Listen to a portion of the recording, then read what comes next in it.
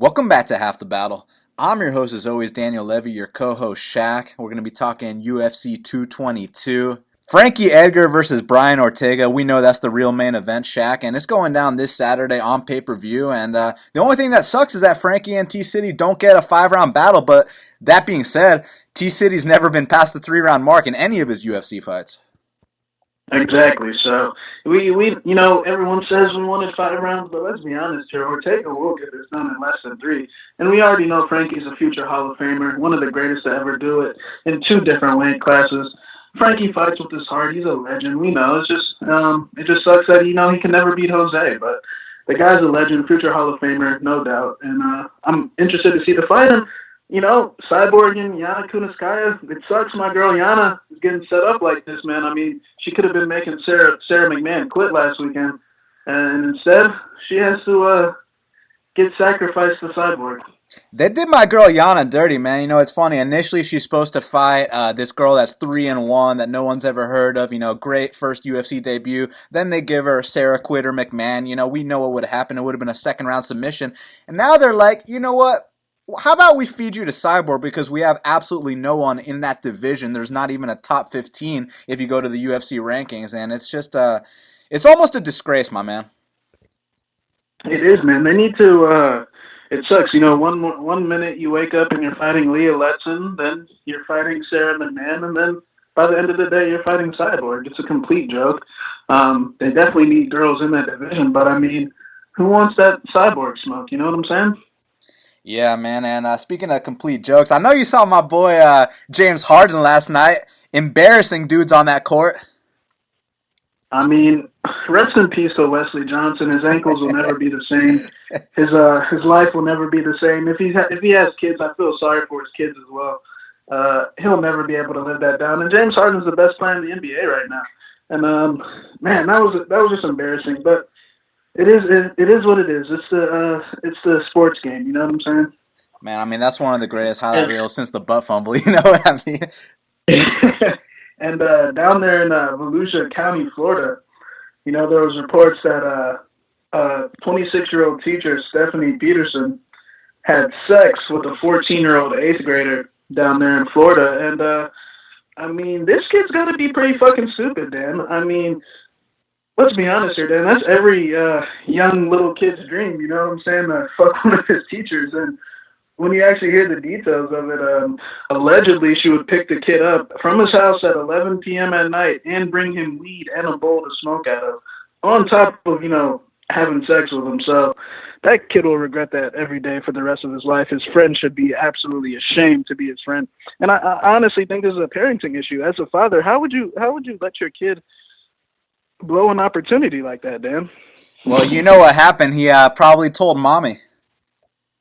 Exactly. Well, allegedly his grades were slipping and his grades were falling, and he told his mom. And, of course, the moms don't know how to handle that, but that kid will regret that every day for the rest of his life. So, I want to ask everyone that listens to Half the Battle, if your son had sex with his teacher, would you be mad at him and would you punish him? Because if that was my kid, man, I'd take him out for ice cream. I'd be honest with you. Yeah, not only that, man, it's his grades are slipping. Oh man, big deal. This isn't fucking college, man. This is 8th grade. Who gives a shit about your grades in 8th grade? You know what I mean? Fucking 8th grade. It doesn't matter. Bro, I got kicked out of school in 8th grade and I still went to college. No one gives a fuck. But, it's one of those things where it's like, bro, you get the opportunity of a lifetime. Not only do you get to bang your 10 out of 10 smoking hot teacher, but she's also bringing you weed and you're going to fuck that up? I mean, like I said, the kid should be ashamed. If I went to a school, I would literally pick on that kid every day for the rest of his life. I mean, to have an opportunity, especially a teacher looking like that, you know what I'm saying? The kid's stupid, man. And his father should be ashamed of himself. 100%. But you know what? We can go on for a whole hour tangent on that, and maybe one day we'll start a new podcast because, there's more things in life to talk about than MMA, but the fans are tuning in for a specific reason. They want to hear us break down this card from start to finish, and that's exactly what we're going to do because we got Jordan Johnson. He's minus 320. The comeback on Adam Milstead is plus 260. Now, it's kind of interesting, man, because on paper, I understand why Jordan Johnson's favored. Look, he is the D1 wrestler. He stood up his entire last fight, so he showed that he's got some stand-up too. Now he's taking on a guy in Adam Milstead, who I don't know if you saw his fight with my boy Curtis Blades, but Curtis literally picked him up and threw him outside the octagon, and now he's coming back. He's dropping a weight class. You think it's going to make a difference? Man, Jordan Johnson, like you said, he's a solid D1 wrestler. Not just a D1 wrestler, D1 All-American from Iowa. And, it's funny, he's actually got brought out to a combat club to help Volkan Ozdemir and Luke Rockhold train for their past fights. And, his last fight against Marcel Fortuna, he gave everyone a little scare because going into that fight, you would think, Jordan, let's grab a leg and just grind this guy out and, take the easy win. But, he chose the harder way and chose to box with him for 3. And it got really hairy because, let's be honest here, Fortuna was touching him at times. And, Jordan seems like he's real insistent on, getting his first knockout inside the octagon. And as a betting man, we want Jordan to be what he's good at. You want him to just grab this guy's leg, hug his leg, take him down, and grind him out. And, Adam dropping to 205, I actually do think it's a good move because at heavyweight, he was only weighing in at like 230. And offensively, he definitely hits hard. I mean, he definitely has, power, especially dropping to 205. And then I'm going to just go ahead and say it here. If Jordan Johnson's falling in love with his boxing, things could be very sketchy early because Adam's used to getting hit by way bigger guys. And, one mistake, especially when you're in the young, early development stages of your career, you've never lost a fight, you're 9-0. And Jordan Johnson's a very cocky, meathead D1 wrestler. He makes a mistake and he starts slugging in the pocket with Milstead, he might be asleep. So it's a very sketchy fight for me. I definitely understand why Jordan Johnson's favorite. But at the same time, if Milstead hits him and he is still conscious, I definitely think he will go back straight to D1 wrestler mode and grab this guy's leg and grind out a decision. So in my opinion, Jordan Johnson would definitely have to fight like a pussy, is what they call it, and grab this guy's leg and grind him out. And Milstead, he's got to hope Jordan Johnson wants to test his stand-up, because if he does, then it's a 50-50 fight in my opinion.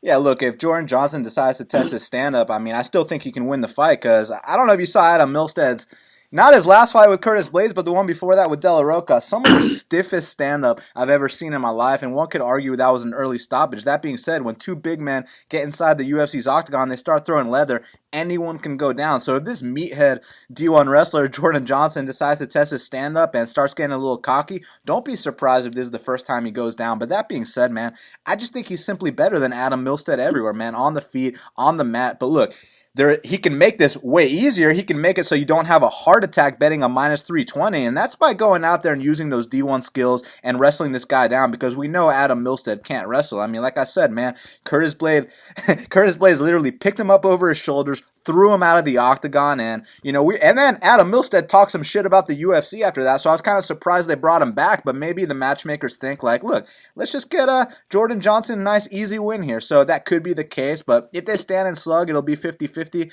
but I think Jordan's got more ways to win, as the line indicates, and I think he's the rightful favorite, so I got Jordan Johnson here.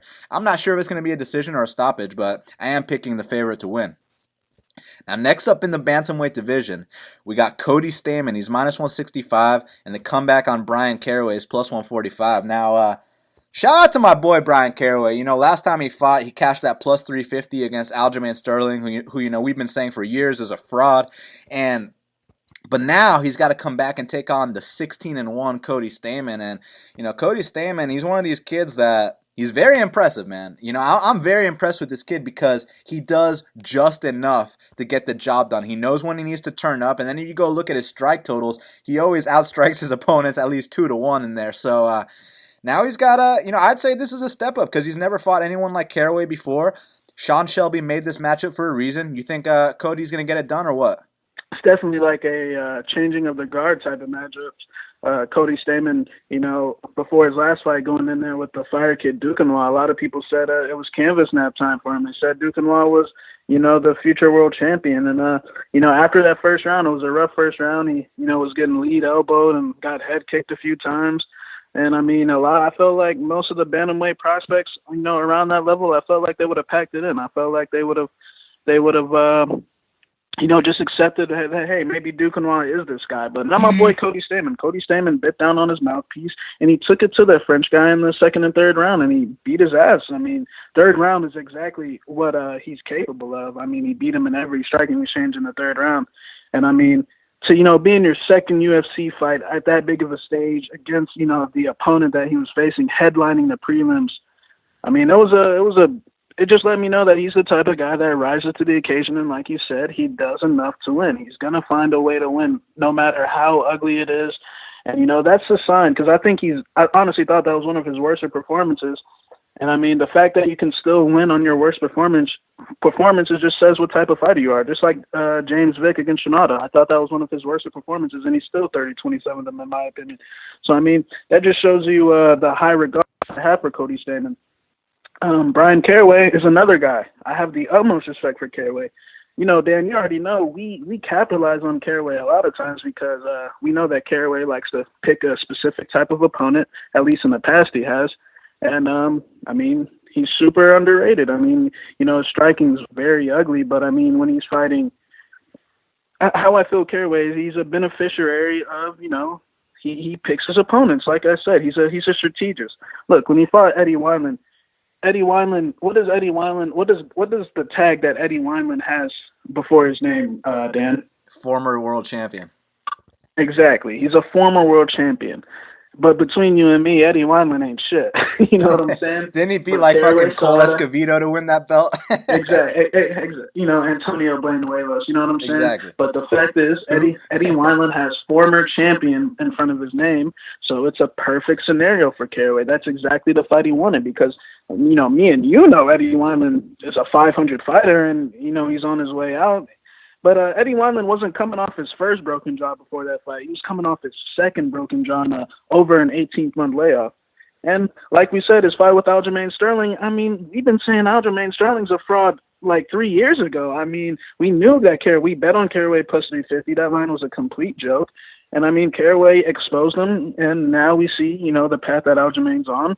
And, I mean, props to Caraway, he was the first to expose it. But like I said, I truly believe that he is a beneficiary of picking his opponents, and that's why, he got to be number 4 in the world, and he's still top 10. But don't get me wrong, I think he's a solid fighter. His wrestling, his jiu-jitsu's on point, but as far as I see him and Cody Stamann matching up, I just think that, in the past, Caraway was actually a little faster. Now I see him in the Wineland and Sterling fights, I actually think he's a little slower. I think he's eating a lot of punches because, he is tough. He has a chin and a half, don't get me wrong. But I just think his style's basic. I think he's going to come in there with the same things he did 10 years ago. The left hook, overhand right, and, trying to get a takedown. Nothing's changed. And especially after a 2-year layoff, I think it is, I definitely don't see anything else changing. I think he's going to even be slower. I think guys on Cody Stamann's level are going to pass him up now, and I think that's what we're going to see on Saturday. I think Cody Stamann's going to stuff all the shots. I think he's going to land the more impactful shots on the feet, and like you said, he's going to do enough to get the job done. If Caraway wants the dirty box, I think a check knee is going to be waiting for him right up the middle, and I think this is going to be a 30-27 across the board for Cody Stamann. I think he's going to do enough to get the job done. Props to Caraway. I mean, I'm not even going to, go into depth of his personal issues, but I mean, the guy's been through a lot lately. And I mean, I still think he's a solid fighter. I just think that from day one, I've just always thought Cody Stamann was a future top 15 guy, and I think he gets that top 15 spot. Yeah, look, much respect to Caraway. We already mentioned the Aljo plus 350 line. And also I bet him against Wineland too. That was some nice dog money as well. So I got the utmost respect for Caraway. And, like they say, when it rains, it pours. So I really hope that, he gets all this stuff behind him and gets back on track. But unfortunately, he's going to have a roadblock here with Cody Stamann because, man, this kid Stamann, if there's one thing he's good at, it's winning. And that's something that we say about guys like Jimmy Rivera. That's something we say about guys like James Vick, who they rarely ever lose. They find that way to win no matter what the circumstances, and that's what I like about Cody Stamann because I feel like we haven't even seen this kid's full arsenal yet. It's funny. He's got a Taekwondo background, and no one would even know it by watching his first 2 UFC fights. I heard an interview with him. He said, I can throw every single Taekwondo kick in the book, but I'm not going to unless I need to in a fight because, look, he's a short guy. You throw one of those spinning kicks against a guy like Caraway, don't be surprised when Caraway jumps on your back and chokes you out. But what I like about Cody Stamann is his selectivity. creativity, man. He knows exactly when he needs to throw things, and he knows when he needs to take, rounds off, kind of like my boy Yoel does. Yoel is an expert at winning fights, and notice how Yoel,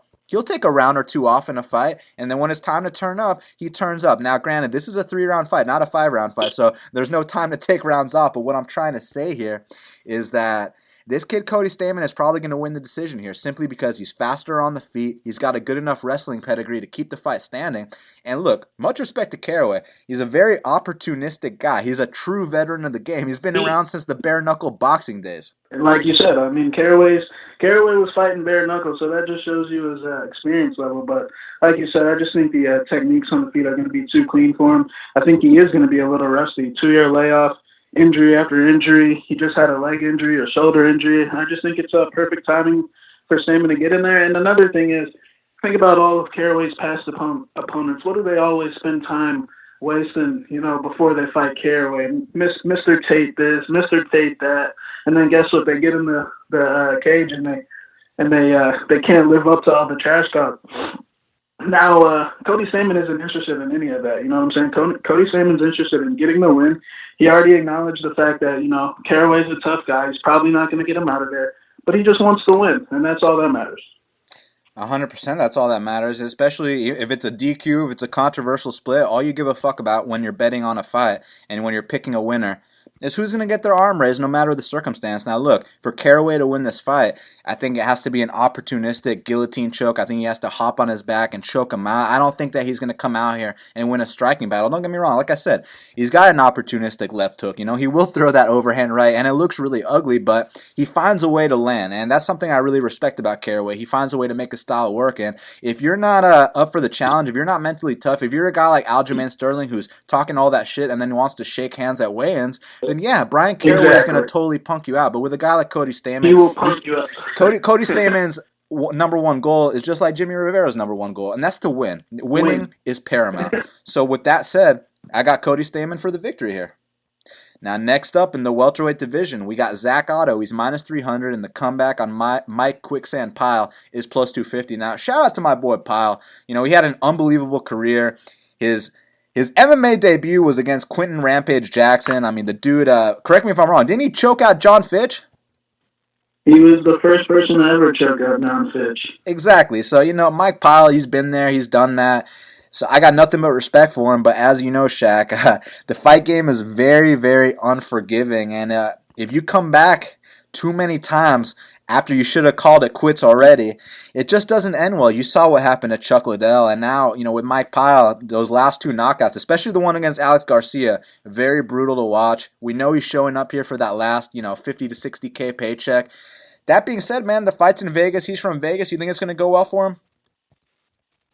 Man, it's Mike Pyle, legend of the game, super crafty, but I kind of put him in the same boat as Ben Saunders and Josh Berkman, and Henan Barrow, for example. These guys that, in their primes, they were bad motherfuckers. They're still crafty.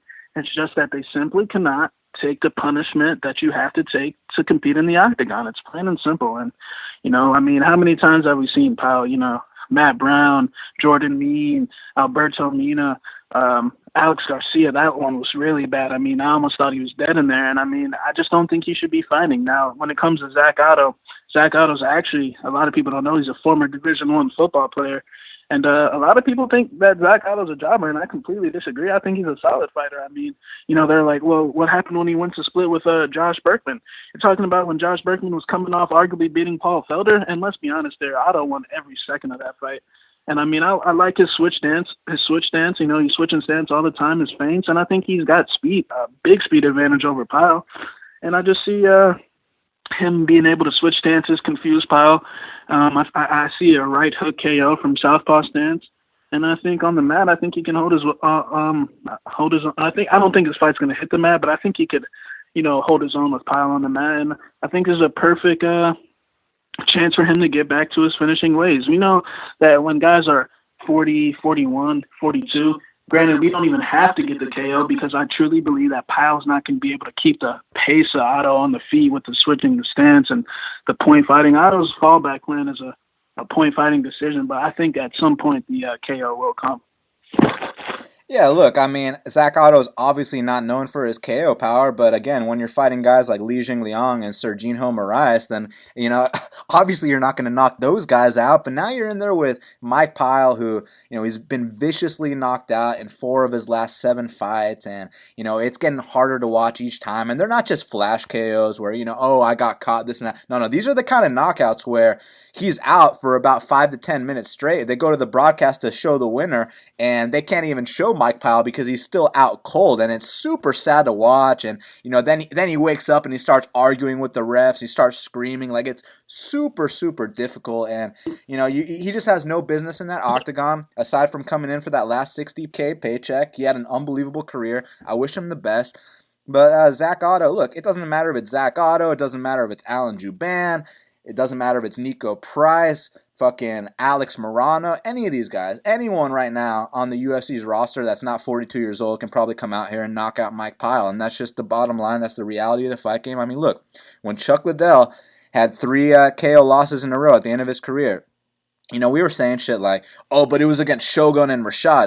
And, for all the newer fans who have only seen Rashad's last fights, go back and watch Rashad back in the day, because Rashad was one of the greatest of all time. And at the time, when he beat Chuck at UFC 88 in Atlanta, Georgia, at Phillips Arena, that was like a holy shit moment. No one had ever seen anything like that before, especially from a guy like Rashad, who wasn't known for his KO power. But then Chuck comes back, he fights Rich Franklin, and we're all saying, yeah, well, he got knocked out by Shogun and Rashad. He's not going to get knocked out by a guy like Rich. I mean, Rich isn't known for his knockout power, and then Rich absolutely knocks him out cold. And I see this as a similar situation. I know someone's going to be like, oh, Zach Otto's not a former champion. That's not the fucking point here. The point here is that Mike Pyle is going to get knocked out by someone that's not known for their knockout power simply because he's had enough, and that's it. So, right hook KO, I agree with you, my man. I think he's going to be switching stances. I think he's going to put on a show. I think it's going to be a first-round knockout, but if it's not, it's going to be a 30-27. All Zach Otto's got to look out for those knees in the clinch. If you shoot for a takedown, don't get your neck caught. Just basic shit, man, and he's got this. So,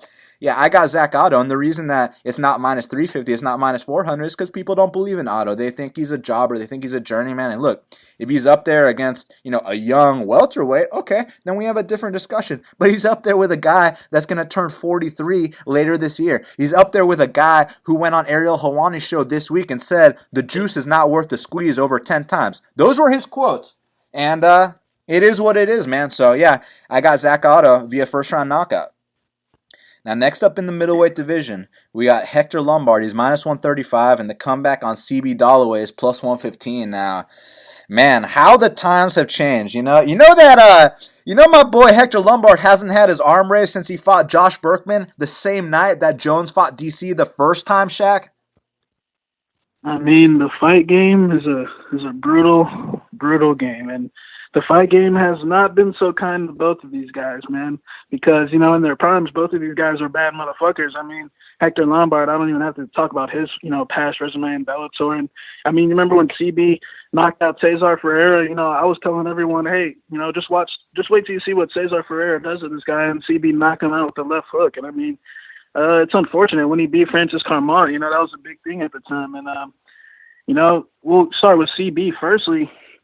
CB, his best friend's Ryan Bader, and as to be best friends with Ryan Bader, man, you got to be Ryan Bader's punching bag. And I honestly think that's, why he's had such a tough time taking damage. I mean, Ryan Bader probably, has knocked him out in the gym several times. And, look at him now. Now he's, just think about all the times we've seen CB hurt, man. Jared Hammond, Mayhem Miller, Mike Macenzio, Bisping, Machida, Ed Herman, Nate Marquardt. I mean, I'm sure there's other times as well. I mean, the guy's got an extensive history of being rocked in fights. But as far as Hector goes, I mean, ever since that Neil Magny fight, I mean, it has just been ugly. He can't take a punch anymore. And it's not even that he can't take a punch. I'm talking about he can't even take the wind of a punch. Like, Hendo's swinging overhand rights, and the wind of it's rocking him. And, his last fight against Anthony Smith, I mean, he was arguably up 2 rounds. All you got to do, Hector, is just hold on, bro. That's all you got to do is just survive, and you might win a split decision here. And he can't even do that. It's just sad. And, CB's last fight against Ed Herman, I mean, that was another sad thing. At least CB can still wrestle. His wrestling was still on point because one of those rounds was 10-8. And, he can at least go 1-1, going into the third round and pull it out. So, on film, you would think CB has slightly a little more, but, I do think, CB is the type of guy that Hector can put pressure on early if he stays in his face and if he can stay conscious, that, he could punk CB out and get him out of there. But I lean CB late. I lean Hector early. I'm going to go with CB just because I think he has slightly a little more left in the tank. And I wouldn't be shocked if Hector, stiffened him up in the first round. But I'm going to go with CB by 29-28 decision. Both of these gentlemen have declined quite a bit, and but the bottom line here is that, like you said, man, if it goes early, Hector's going to knock him out in the first round, and if it goes late, then make sure you hit up that live betting window because my boy Hector can't keep it up for more than a round and a half, especially at 185 pounds. I mean, when you're 5'8" in 2018 and you're fighting in the UFC's middleweight division, I mean, you're going to get your ass absolutely handed to you. But luckily for him, I don't want to call it a cupcake because Hector's declined so much that he can't even beat Johnny Hendricks anymore. But, CB Dollaway compared to, Anthony Smith and some of these other guys, Dan Hendo, it is a bit of a cupcake. So, he's got to put him away early because we know you can't trust that Hector Lombard gas tank. You absolutely cannot. And we've seen bigger men be able to take down Hector Lombard, such as Yushin Okami. Even fucking Neil Magny, who's not known for his wrestling. But that being said, I think Hector catches him early and puts him away. But if it goes past the first and second, make sure you hit up that live betting window. Next up in the bantamweight division, we got John Dodson. He's minus 175, and the comeback on Pedro Munhoz is plus 155. Now, is Dodson going to back out of the fight again if fucking Pedro misses by a couple pounds? That's unfortunate, but I mean, now when you think about it, I kind of don't blame Dodson because fighting a guy that misses weight is basically asking to take it out. You know what I'm saying? 9-0 in the UFC for the last 9 guys that missed weight.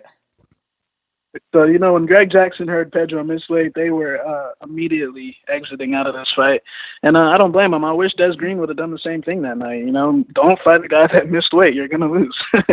So, Pedro, in my opinion, he's like the better Brazilian version of Brian Keller. You know what I'm saying? Constant pressure, eats a lot of shots, and if you panic, he will choke you out. And I'm going to go ahead and say I think Dodson's on the decline a little bit because, in Dodson's prime, he used to be able to, catch guys slipping coming in. And he still does that. He still is known for these little flash type of knockdowns like how he did against Marlon Moraes a couple times. If you come in with your face first, he will catch you. And I see this fight going down like all of Pedro's fights. I see, Pedro moving forward and getting his face lit up for the first minute or two. And then, but that constant pressure, man, it causes people to panic. Like I said about Brian Keller, when they stay in your face, you end up making a mistake. And I think Dodson will make a mistake. He just creates chaos. This guy's only losses are to Jimmy Rivera and a fight he arguably won in Brazil, and Rafael Assunção, 2 top 4 guys. And that was Jimmy Rivera's probably toughest fight of his career, if I'm not mistaken. And I mean, even back in the day, Dodson's fallback plan, was fighting like a weasel. You know what I'm saying? He could always weasel out a decision if he had to. And now he can't even do that anymore. Now, people think he beat Marlon Moraes, and I'll tell you right now, he lost. Besides the knockdowns, he didn't do shit. You know what I'm saying? So I think Pedro's going to stay in his face. I think he's going to force Dodson to make a mistake, and I think Dodson's going to get choked out. But, if Dodson can stay calm for 3 rounds, stay composed for 3 rounds without making a mistake, then props to him because, he probably will be able to eke out a decision if he can do that. But like I said, his ability to eke out decisions is kind of declining as well. So I'm going to go with Pedro here. I'm with you on this one, man. I think that John Dodson, like you said, he used to be able to weasel decisions, and kind of like Benson Henderson, once those fighters start declining, their best asset, which is, winning bullshit splits, now they're losing bullshit splits. And John Dodson, people, if you're going on your breakdown show and you're bringing up the fact that John Dodson beat TJ Dillashaw 100 years ago, and you're using that as evidence that he's going to beat Pedro Munhoz, you shouldn't be picking fights. You shouldn't be betting on fights. You're a fucking moron because, bro, I mean, are we really talking about that shit still? That was 100 fucking years ago. You know what I'm saying? And it's just it's a complete disgrace that people would even bring up that example. It's like breaking down, Bisping and GSP and bringing up the Matt Serra fight. So I think it's a complete joke. It's like TJ had 4 fights and had no stand-up, and we're we're gonna bring up Dodson, who at the time might have had like 15 fights. It's like was already bro. It's like Chiesa's bitch ass trying to tell Vic that, oh, I already beat you. You beat him when he was 4-0 and had zero jiu-jitsu training. You didn't beat the guy that's 13-1 right now. You know what I'm saying? It's just like, come on, man. That's a disgrace. But that being said, I think the first couple minutes of the first round, Dodson is gonna, pick him apart a little bit because, as we know, Pedro Munhoz is very hittable, especially early. But as we also know, to put a guy like Pedro Munhoz away, I mean, you got to bring some serious artillery because Jimmy Rivera didn't put him away. None of these guys are putting my boy away. Rafael Assunção didn't put him away. Robbie Font didn't put him away. And I highly, highly doubt that this little fucking midget John Dodson is going to put him away either. So, you know what? I think, like I said, first couple of minutes, he's going to pick him apart. It's going to be, oh, man, Pedro's so hittable, Pedro this, Pedro that. But then once Pedro starts to turn up a little bit, once Dodson starts to feel that pressure, once Dodson shoots in for a panic takedown, we snatch that neck. And I think that it's either going to be a guillotine choke. I think it's going to be a unanimous decision, maybe even the first knockout loss of Dodson's UFC career. But bottom line, I see the underdog coming through here simply because he wants it more. And that's the bottom line.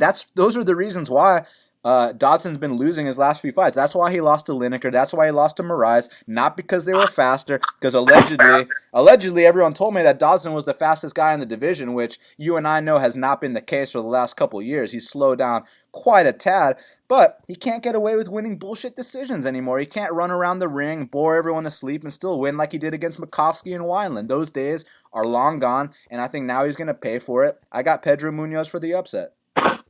Now, next up in the lightweight division, this is going to be a serious fight, Shaq, and a lot of people have no idea what they're in for in this one. We got Beneil Dariush. Benny, he's minus 380, and the comeback on the newcomer, Alex Hernandez, is plus 315. Now, I see people just blindly parlaying Beneil as if he's a lock here. And, when I first heard the matchup, I was like, oh, they're giving Beneil some newcomer. That's cute. Beneil's going to crush him. Then we look into that newcomer, and I got to say, Alex Hernandez is absolutely no slouch. Like, this kid, win or lose, this kid is going to have a bright future. He kind of reminds me of, you remember when Ellenberger first came into the UFC against Condit and he was this explosive powerhouse? Now, for all the new fans listening, I'm not talking about Ellenberger that stares at people and takes knees and fights like these days. I'm talking about Ellenberger back in the day, the Ellenberger that fought Mike Pyle, the dude that would just... He was built like a juggernaut. He was absolutely explosive. He'd run in there and run through dudes. And that's what Alex Hernandez reminds me of, man. He's a little powerhouse, nasty sprawl, big knockout power, a submission game as well.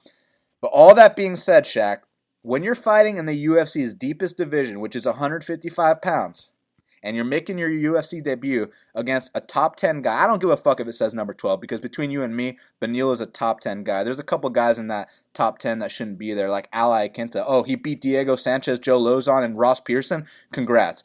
Beneil has actually beat... He beat Jorge.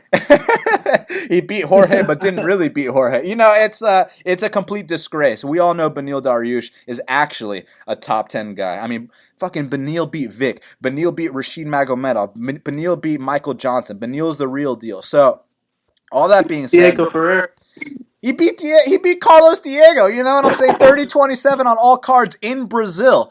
So, that being said, man, he's taking on the newcomer Alex Hernandez. I think the first round is going to be a fight of the night candidate. Now, whether it can extend to the third and actually get them that $50K bonus is a different story, because kind of similar to the Tony Martin fight, you remember that storm Beneil had to weather in that fight, and then he comes out, shows his veteran savvy, shows that, hey, I am the top 15 guy on the spot, and if you want to beat me, you got to put me out, and he choked out Tony Martin that second round. I could see a similar situation here, Shaq. I could see Alex Hernandez throwing everything but the kitchen sink in that first round, and if Beneil is still there, that's where the experience of Beneil will take over. But I got to say, man, those first couple of minutes, because we know Beneil comes out hard, and as we've seen in the tape, Alex does too. This is going to be, it could be round of the year. That's all I got to say, Shaq. Yeah, man. Alex Hernandez is no slouch. Like you said, win or lose, this kid is definitely going to hold his spot in the company. Make no mistake about it. And I think the kid can honestly beat a lot of guys in the top 30 in the division right now. I think he's that good, but like we said, I don't give a fuck who you are. Debut against top 12 guy in the world, especially Dariush with some of the wins he's got, is definitely a big step up. Now, as far as Dariush goes, I think Dariush is a solid fighter, but Dariush has one glaring weakness in his game. It's when he fights these workman type of fighters. Now Hernandez, I don't think he's fits that workman build, but I think that he might have a couple workman qualities in him. But we know that, when Beneil fought Ramsey in a gym, Ramsey's a workman. When he fought Michael Chiesa's a workman. When he fought Evan Dunham, he got off to good starts, but then those guys ate all his shots, and then next thing you know, they started turning up on him. Now, when he fights someone that goes head on with him, then that's when we see the best Beneil. But these workman guys that are, like Dunham, for example, Dunham, his last fight, I mean, he had done him with everything in the kitchen sink, but I feel like at a certain time, you got to realize, hey, this guy's going to be here for the duration of the 3 rounds. Let me pull back a little bit and let me fall back, to my point fighting skills. Let me fall back to my left kick game.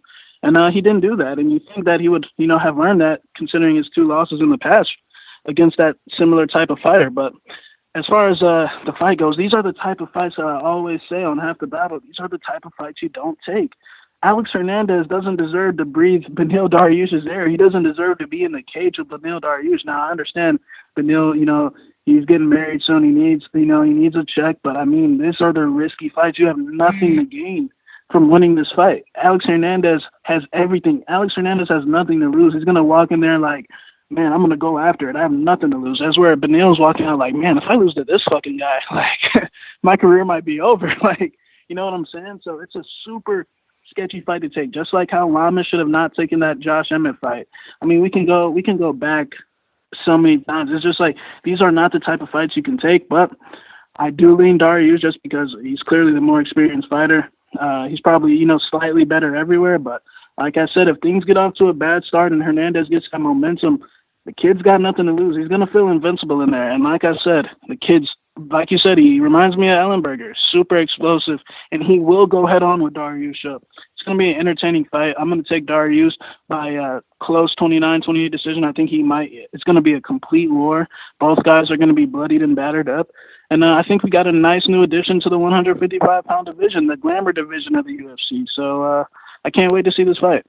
100%. Without even seeing the fight, this is already an early candidate for fight of the night. Hopefully fight of the year. I mean, I hope these two go out there and it's a epic war, because the thing I love about a guy like Beneil Dariush is he doesn't give a fuck about the rankings. All he cares about is fighting the toughest guys in the UFC, and he'll literally fight anyone, anytime, any place. It's funny, he beat James Vick, and then he told Vick, like, look, man, get a couple more wins and I'll give you a rematch, because I know you're just that damn good. That's what I respect about a guy like Benny. He doesn't care about the fame, he doesn't care about the money, even though between you and me, everyone cares about the money. But what I'm trying to say is that, he's not looking for money fights and all this bullshit. He's just looking to test himself against the best. And initially, who was he initially supposed to fight?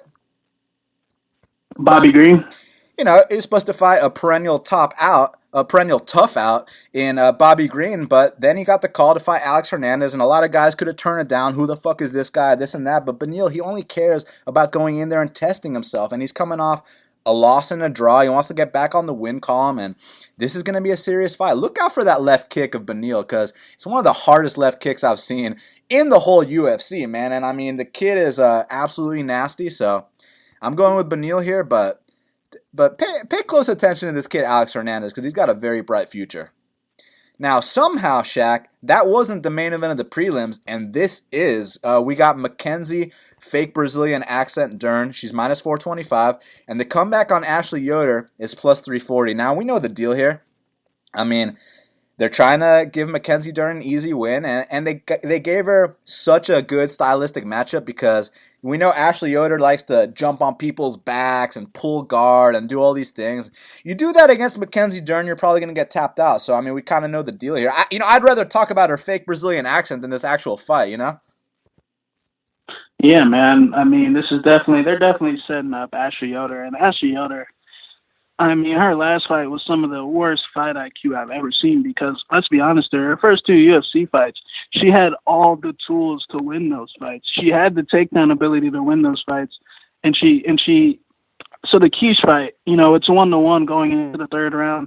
The third round, it's going either way at the point. And then the last minute, you go for a flying armbar and go to your back, and you, like, where's your fight IQ? And then the Angela Hill fight.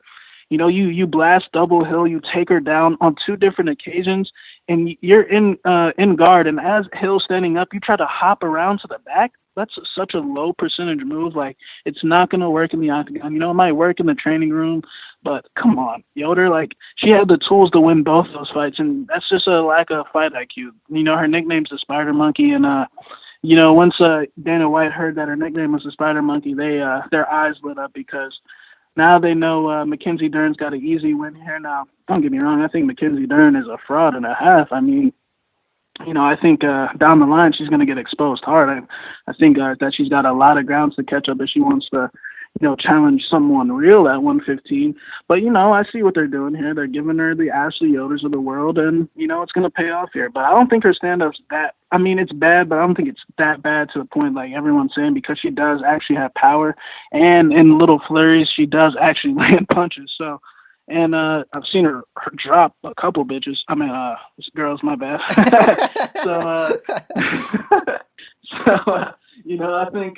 think Dern's gonna take this fight. I think Yoder's scared to get hit.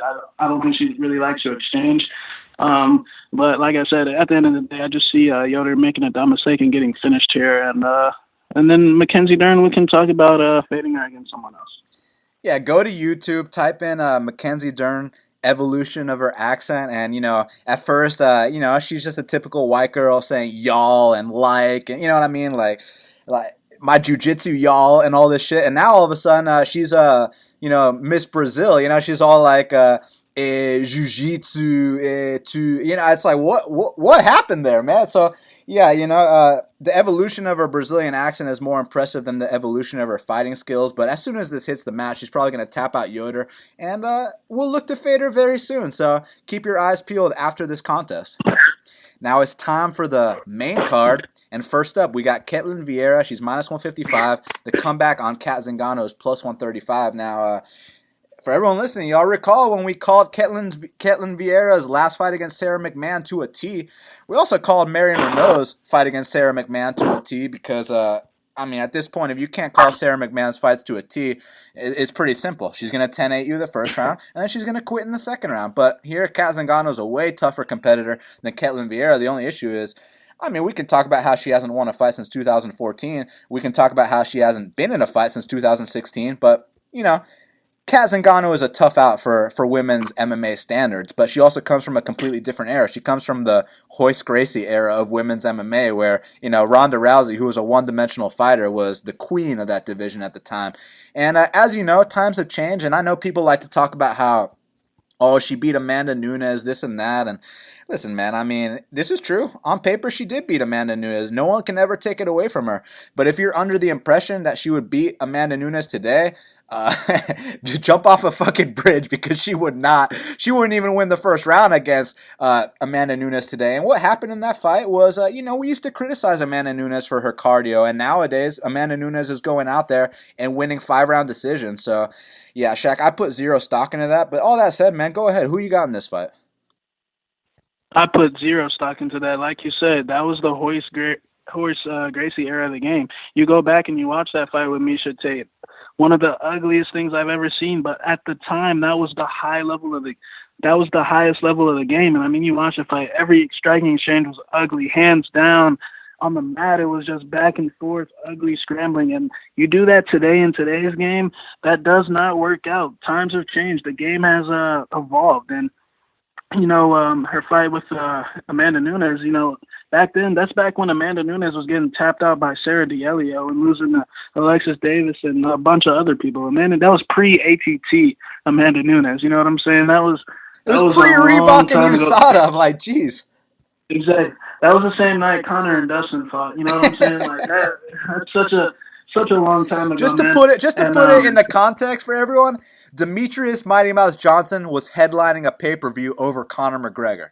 If that doesn't say enough, I don't know what will. Exactly. That's the same night, Jorge, gave James Krause a tour of the octagon. You know what I'm saying? It's such a long time ago, and I think the game has a passive evolved there. Everyone's saying, man, Cat's in good shape. Cat's, looking the best she ever has.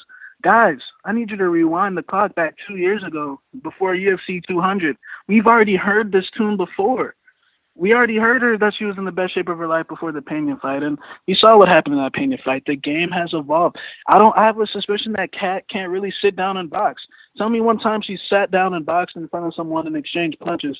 You know what I'm saying? You go back in that Juliana Pena fight at the end of the first round after, Kat's done, on top of her, and they get back on the feet and they start striking. Guys, tell me what was that? Tell me what's up with her hands down and her chin up in the air and throwing lead kicks all the time. Like, tell me what's up with that.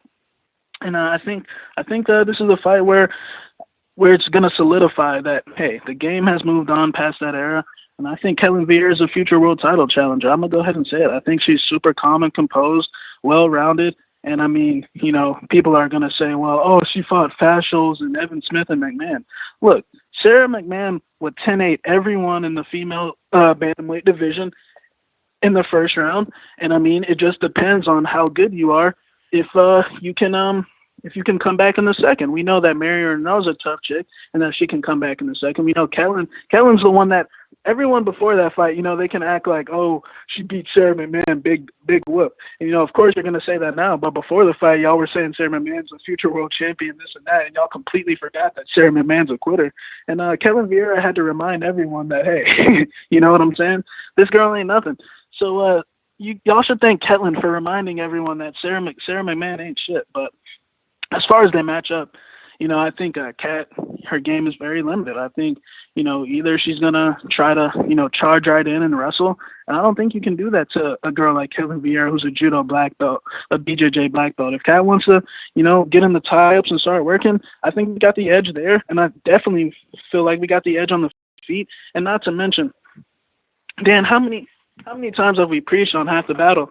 The females have to be able to go 3 rounds because, historically they don't have the power to knock each other out. And, their finishing percentage is very low.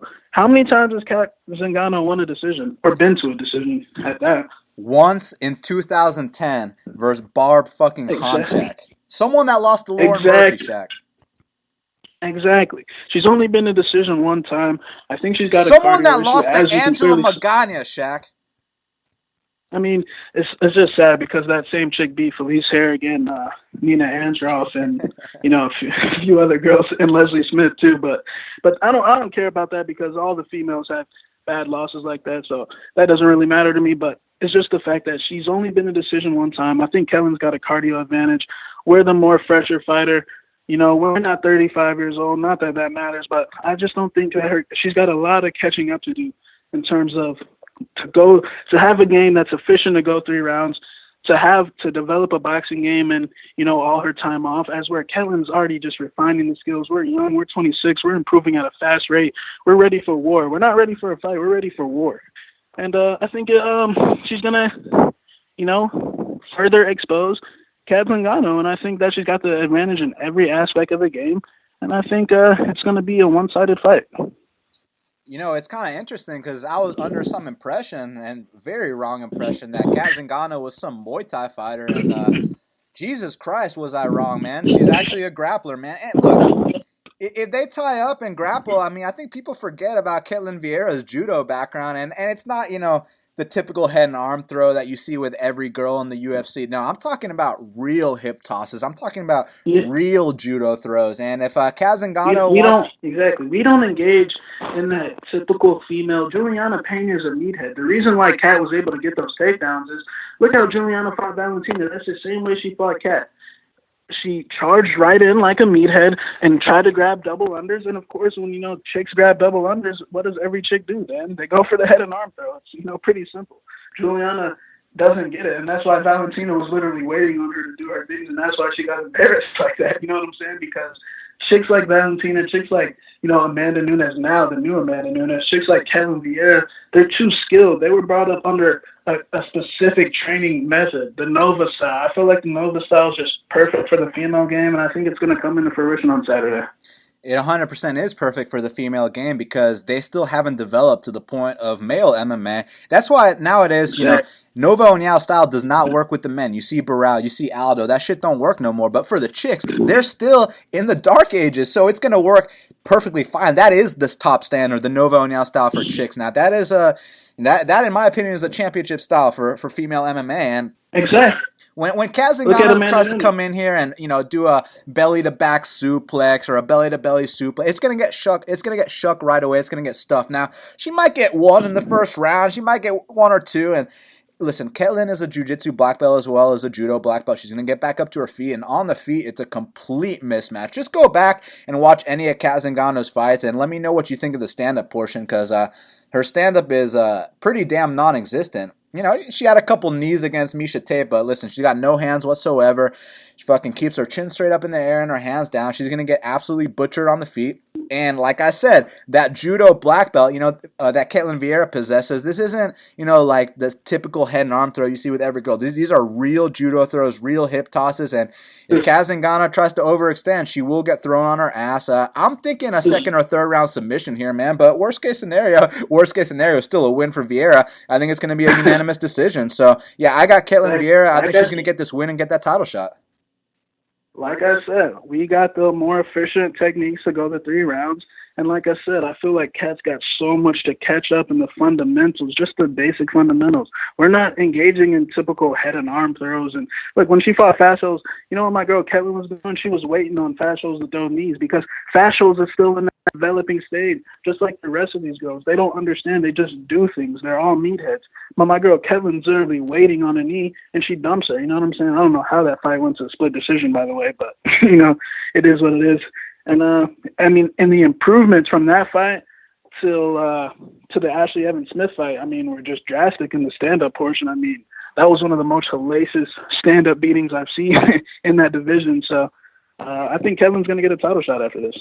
Yeah, and you see the improvements she made from her UFC debut to her sophomore appearance. Even now, her fight against Sarah McMahon, she's been getting better every single fight. That's not something we've seen from Zingano. With Zingano, her bright days were in 2013, 2014, and then she got her title shot, got absolutely embarrassed by the Royce Gracie of the women's division in a 15-second armbar. Then she took another 100 years off, comes back against Juliana Pena, who, Juliana Pena also retired, and she lost that fight too. Now she's fighting a young, hungry chick. Like, it's just not going to work out well for her. She should have taken a tune-up fight. They should have given her fucking who would be a good tune-up fight for Zingano? They should have gave her Sarah McMahon. You know what I'm saying? Exactly. But like, I don't even know if she can win that fight, to be honest. Because look, I think Sarah McMahon, will she'll struggle with chicks that are mentally tough for a couple rounds, and people will say, well, what about Kat when she fought Miesha? She is mentally tough. You know what I'm saying about Nunes? But like I said, what year was that? I was like in high school when that happened. I probably wasn't in high school, but you know what I'm saying? This times have changed, layoff after layoff, she was the first mother. Listen, she was the first mother to win inside the octagon. It was cute. Congrats. It was fun while it lasted, but, and I get it. She's a stoner chick, and she's kind of cute for MMA standards, so I get it. Yeah. They all like it. They're all in love with her, but yeah. I'm more in love with money than I am with some chick I've never met before in my life. Exactly.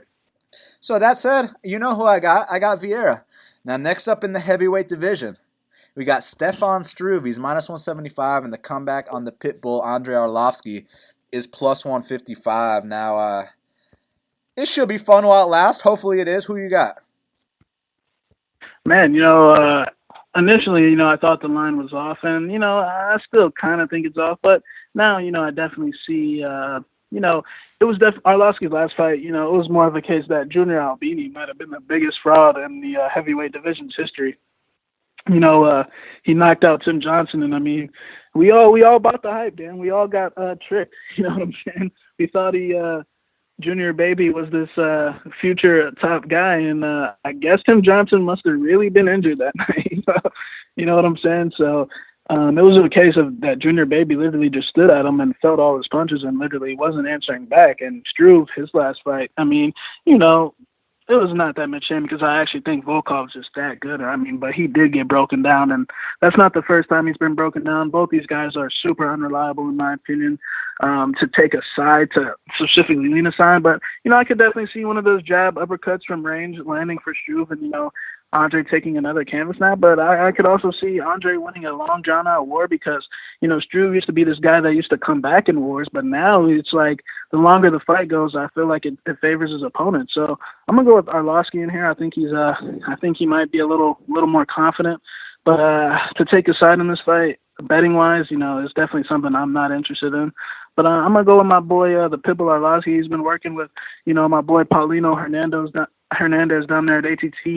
The striking coach of Jorge Masvidal, Colby Covington, Yoel Romero. So I think Arlovski's gonna get the job done.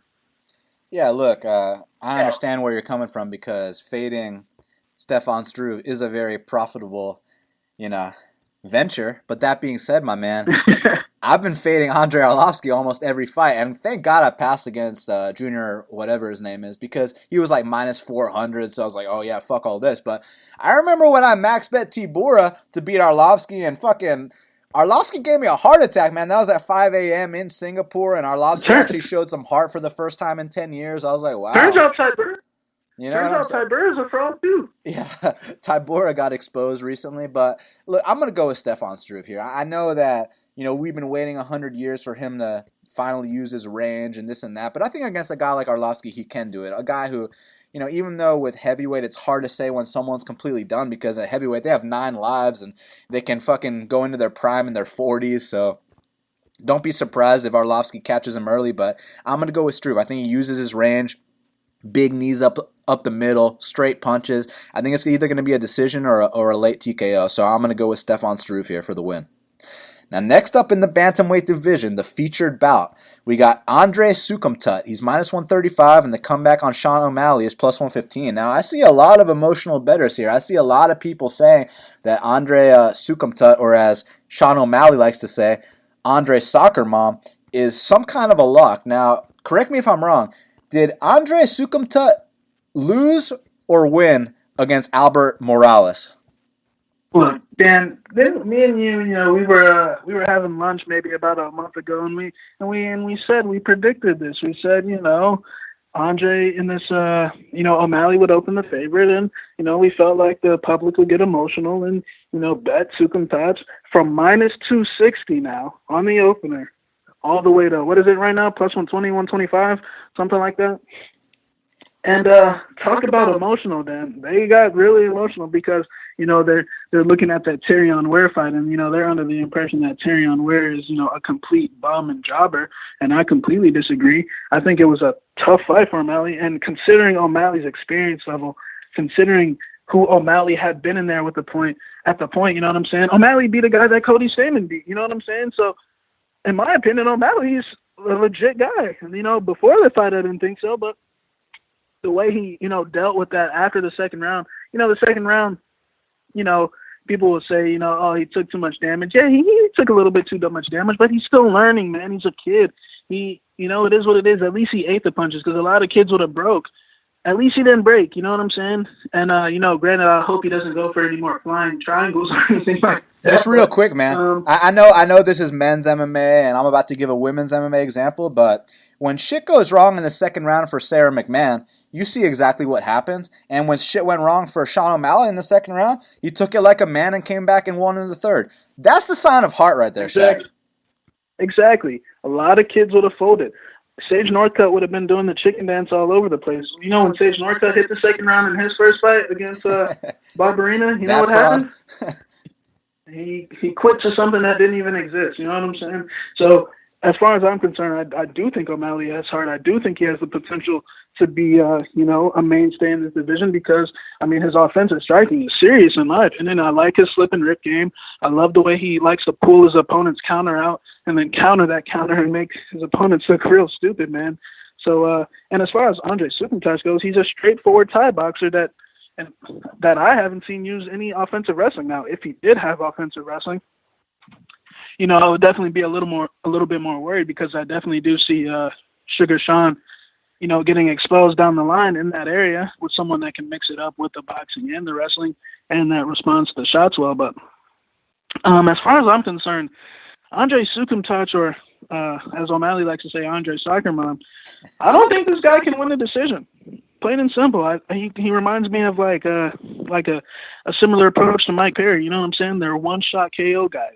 They ain't going to win a decision. They're not efficient when it comes to going to the scorecards. They sit back and they allow their opponents to outvolume them, and they're looking for a one clean KO shot. Now, if he can put O'Malley in form, then props to him, but I don't think so. I think O'Malley's going to be able to eat the shots. Like I said, I feel like people got emotional with this, and I think O'Malley's going to win his second decision here.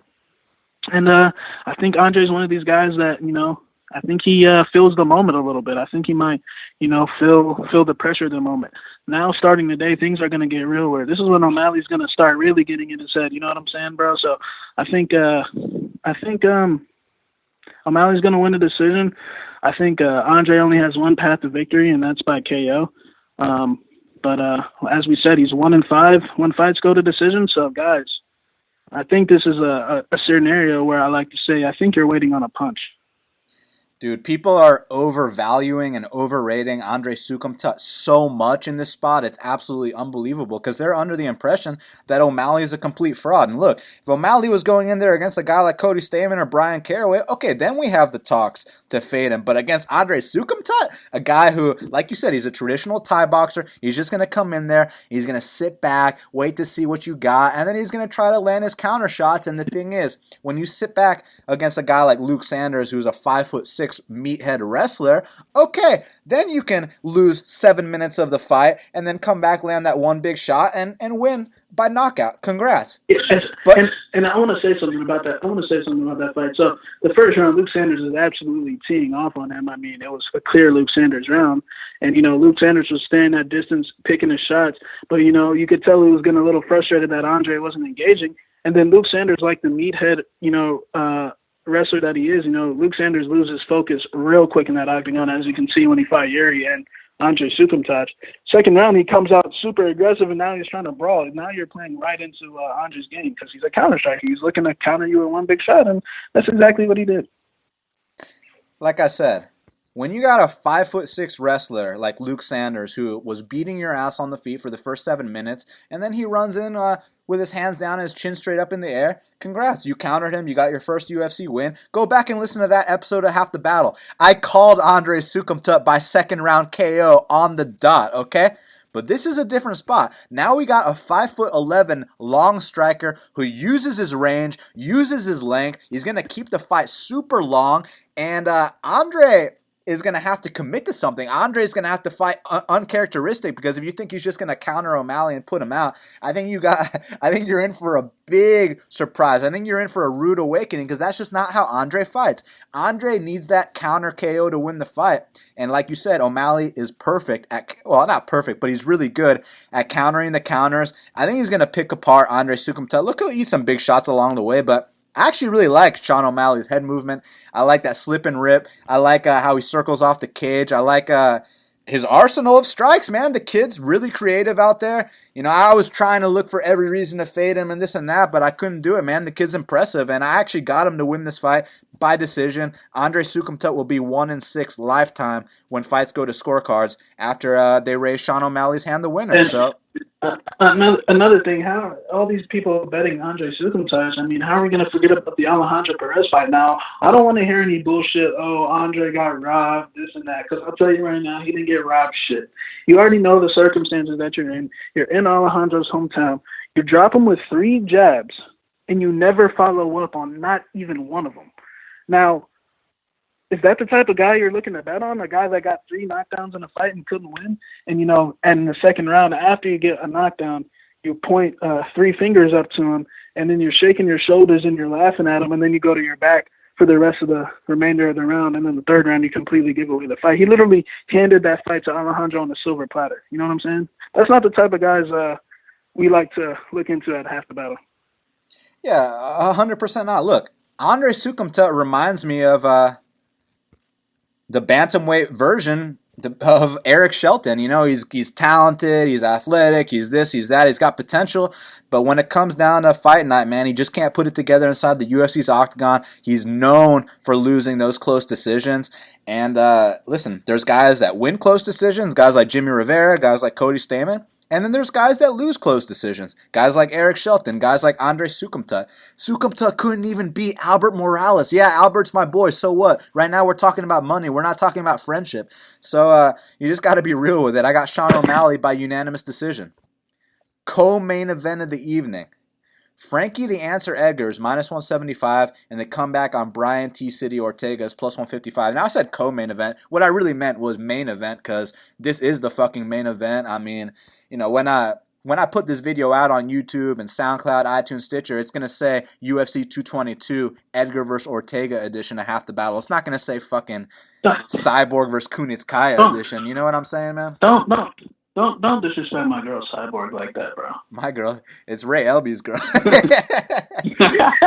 And let's not even bring up what my boy Dana White said about that, because I ain't gonna be the guy to say all that. But you know what I'm saying? My boy T City and my boy Frankie Edgar, I can't wait to see them both go out there and have a serious fight. Now look, on paper, it's easy to say things before a fight happens, but as you know, this is a pre-fight show.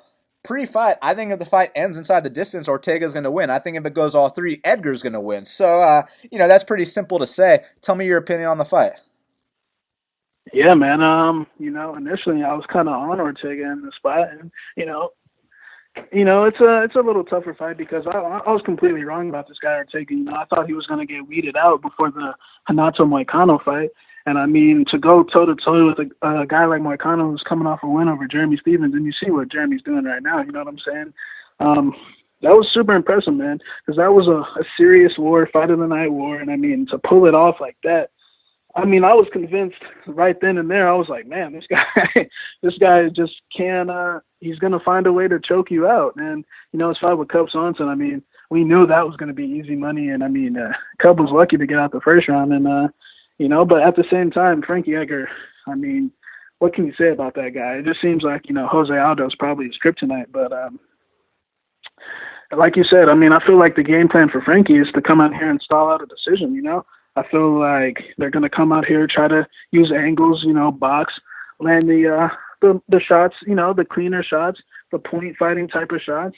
And, if Ortega can't finish him, then Frankie's going to win a decision here, man. I mean, it's plain and simple. Frankie's definitely more efficient when it comes to winning decisions. That's for a fact. But like I said, Ortega tends to put this type of pressure on guys.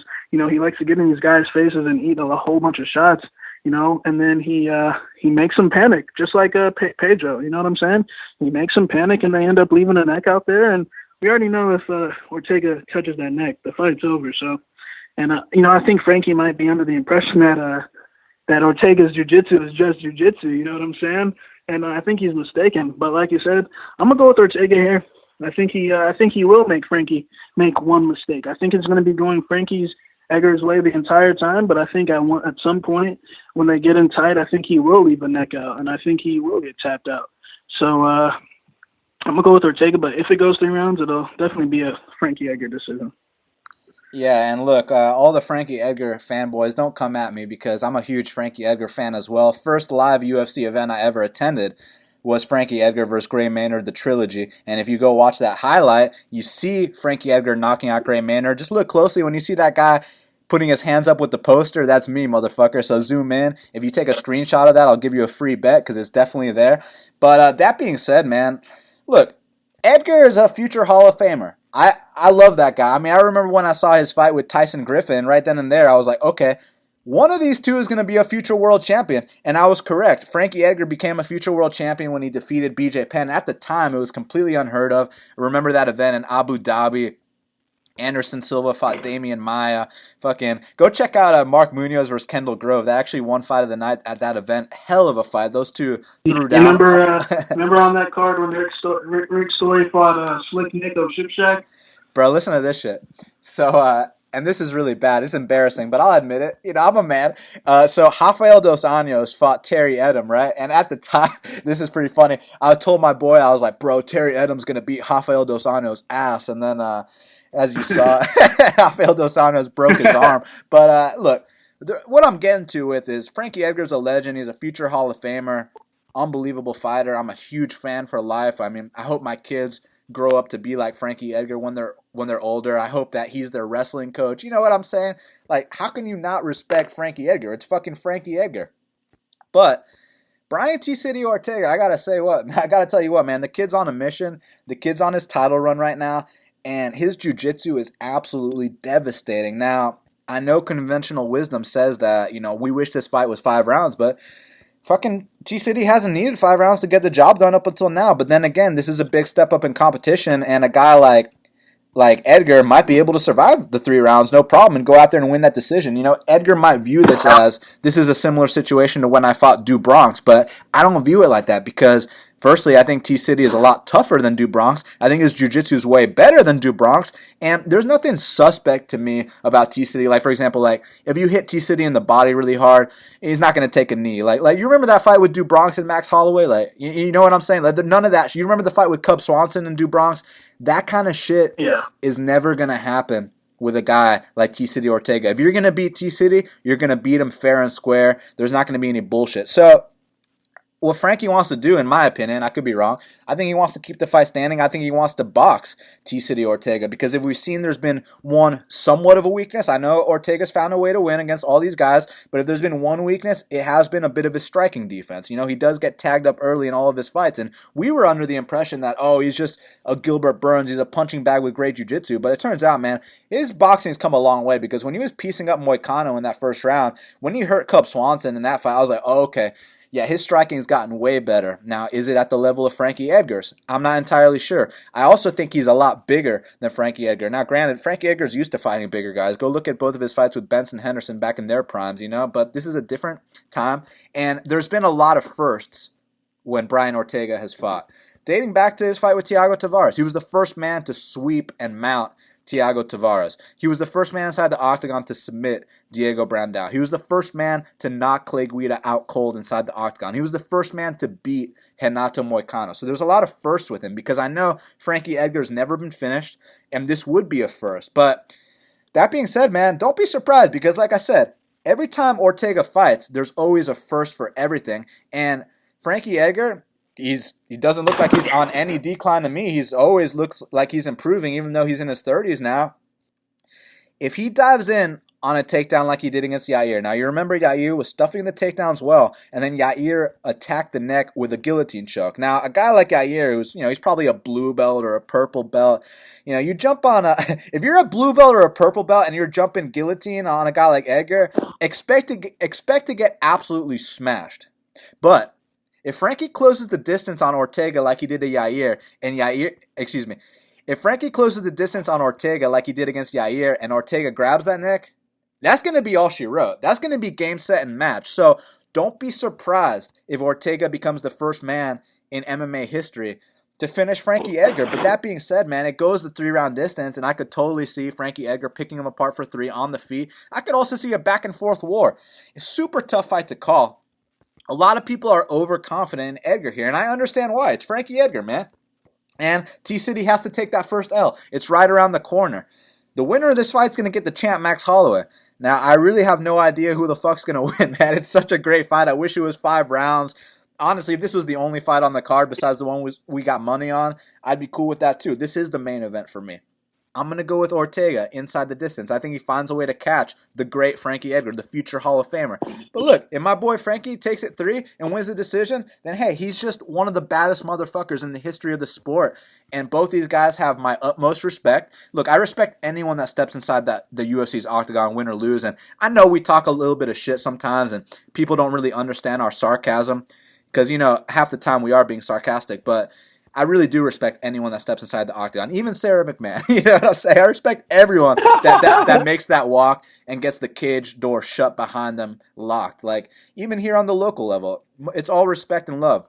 That being said, man, when you get these 2 absolute badasses in the 145-pound division, literally the number 1 and number 2 guy right behind the champion Max Holloway, this to me is almost like remember going into Khabib versus Edson, how it was like we didn't have any money on the line, but it was just like, you have to watch this fight. Because nowadays, I know the sport's getting a little oversaturated, and we don't give a fuck about the fights like we used to and this and that. We give a fuck about making money more than ever, don't get me wrong, but we don't care about being a fan anymore. But this is one of those fights where you call your friends up and you're like, hey, if you're going to watch one fight on this card, you watch Bryan Ortega versus Frankie Edgar, because history is going to be made, man. And I really have no idea what's going to happen. I want to pick Ortega because I'd like to see him get the title shot versus Max.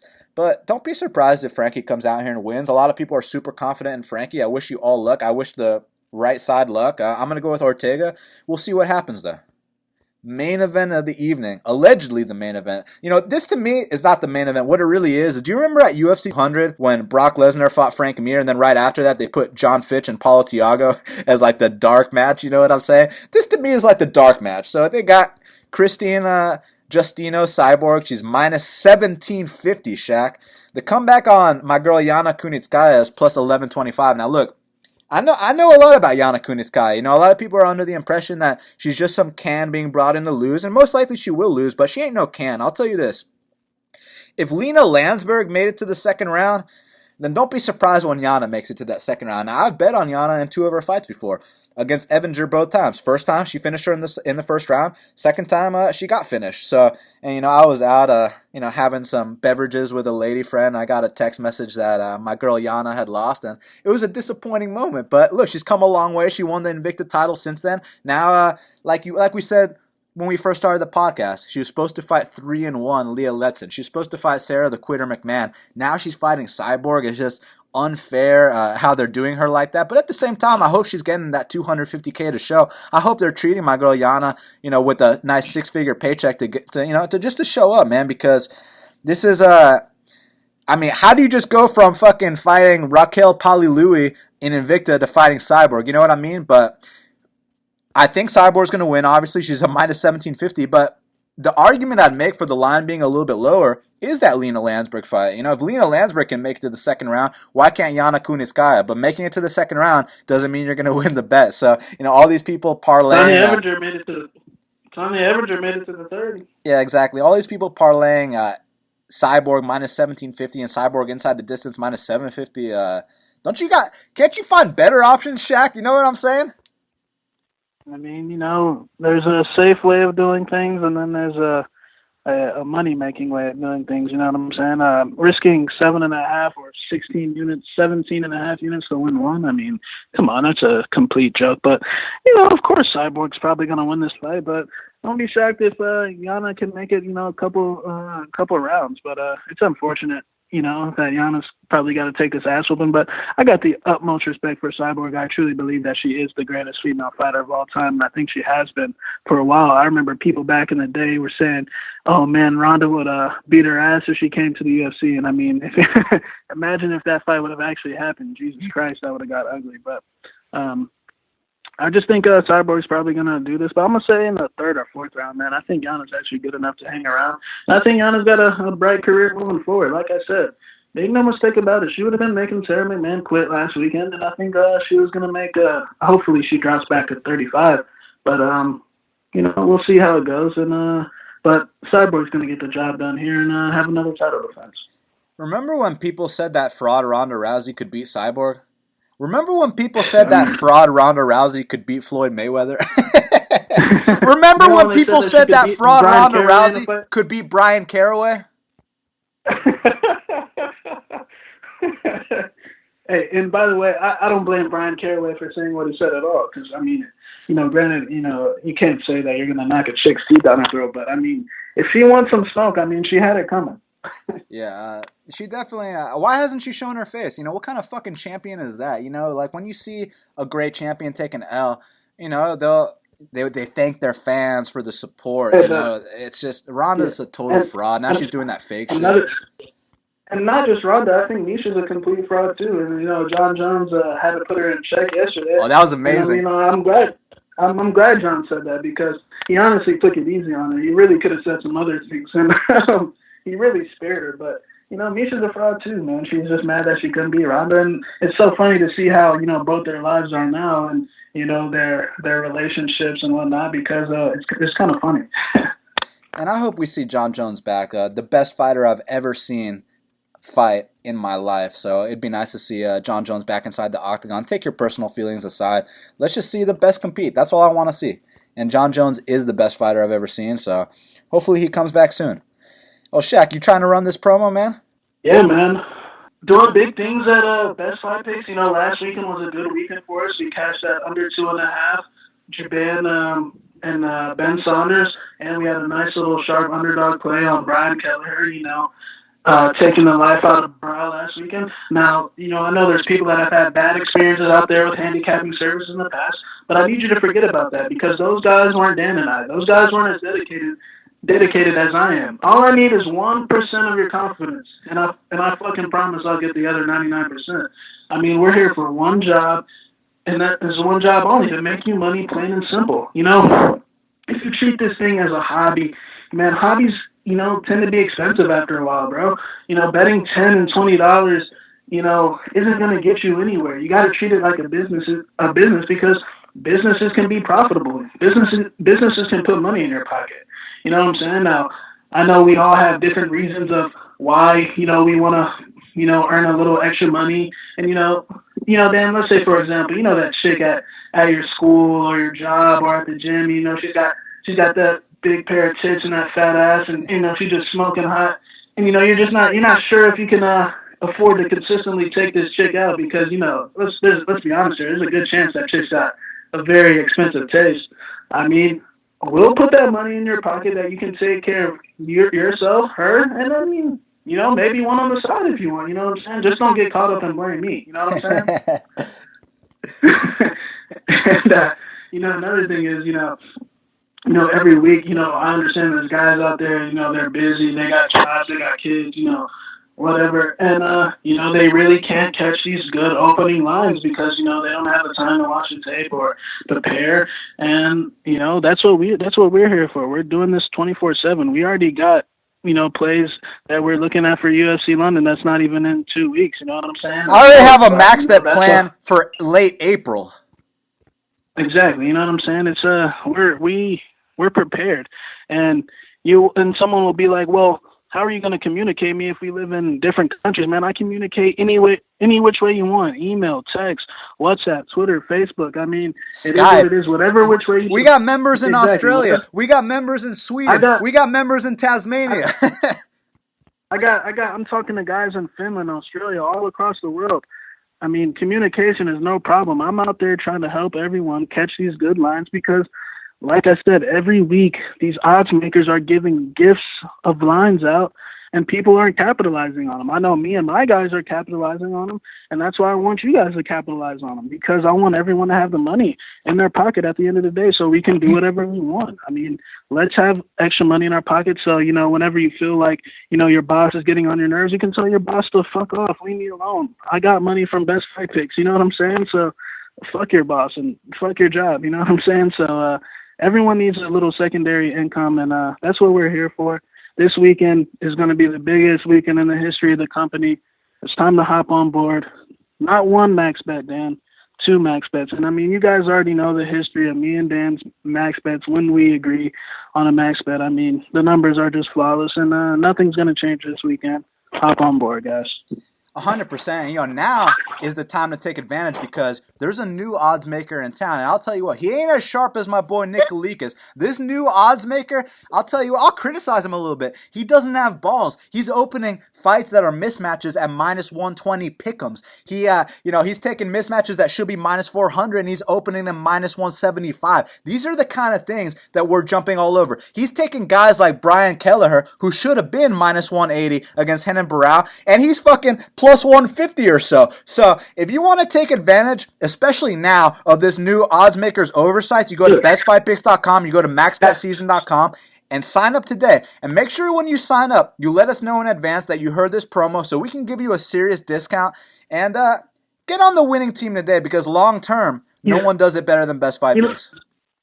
He literally set the Juban and Ben Saunders under at 2.5, bro. When I saw that, I was like, oh my goodness. I mean, and by 2.5, we don't mean minus 250. We mean under 2.5 rounds. The fight ended in under 1.5 rounds, Shaq. Minus 155 on the under 2.5. And, it got steamed to about minus 175 by the fight. But like I said, with me, you already know these things. You already know, hey, when this under 2.5 I'm already giving that out to people, man. And I hope everyone realizes and hop on boards. I need you to forget about whatever past service you had. And I'm not going to give you a minus 300 the day of the fight where, not everyone can play that. I'm giving you all plays that you can play. Minus 130s, plus money, underdogs. I mean, I'm giving you things that you can actually play. And long term, the numbers speak for themselves. Well, Shaq, let's hit up Kyle Marley for the Big Marley Minute. And joining us now on the Big Marley Minute is Big Marley himself. Kyle, how's it going? Good, man. Coming off an awful week, so it can really only go up from here. I heard an awful week for you was still a 10% ROI, man. I wish my awful weeks were like that. Mine was terrible. I lost like $2,300 last week. I think it's probably the worst I've ever done. My cash games usually bail me out, but I was just off real bad last week, and I paid for it.